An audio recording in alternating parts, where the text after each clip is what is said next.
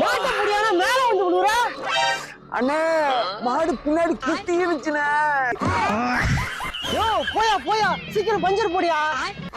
உன்னை யாரு பிரிச்ச? அடுத்து நாமக்கல் மாவட்டம் நாராஜ் மடுப்பா ஆண்டு அம்மா புடிச்சுப்பா புடிச்சுப்பா.